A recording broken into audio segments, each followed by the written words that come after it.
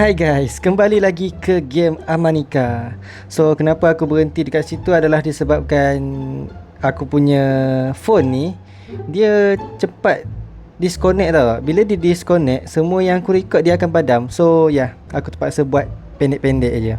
So, sekarang ni kita tengah cari baby bagi makcik ni. So, jom. Dia kata dekat basement kan? Ni lah kot. Is this the basement? Sekejap, aku nak pergi ke kanan ke kiri? Ke kanan ke kiri? Jom kita pergi ke kanan lah. Ke kanan lebih afdol. Alright. Patutkah aku turun?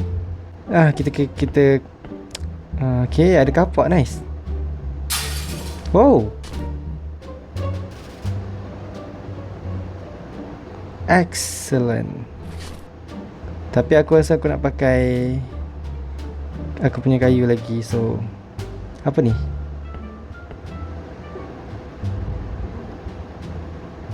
Oh, teks tu sangat-sangat kabur. Kita tak boleh nak baca. Kita tak boleh faham. Alright. Jom kita turun bawah.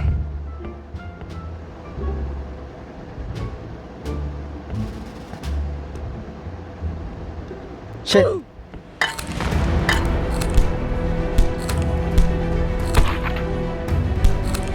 Jangan kacau aku. Yeah. Yeah. Sekejap, tapi nyawa aku, oh my god, nyawa aku dah nak habis.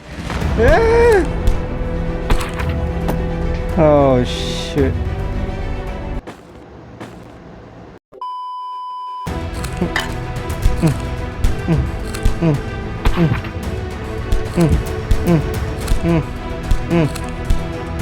Mati.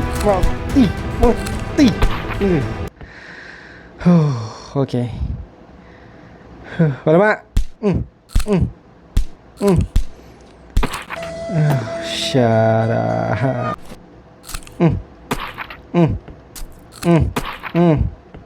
Siapa lagi? Siapa lagi?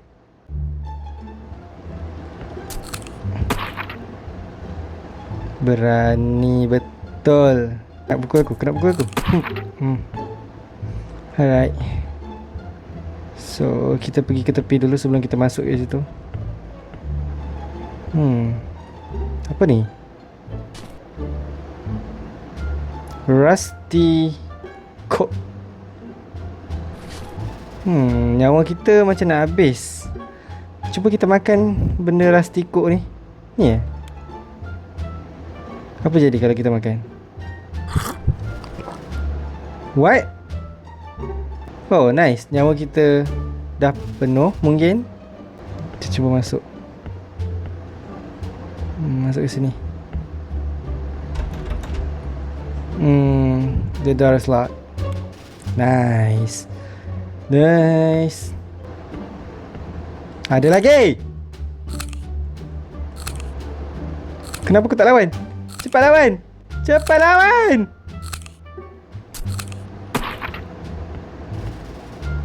My god, I'm the worst.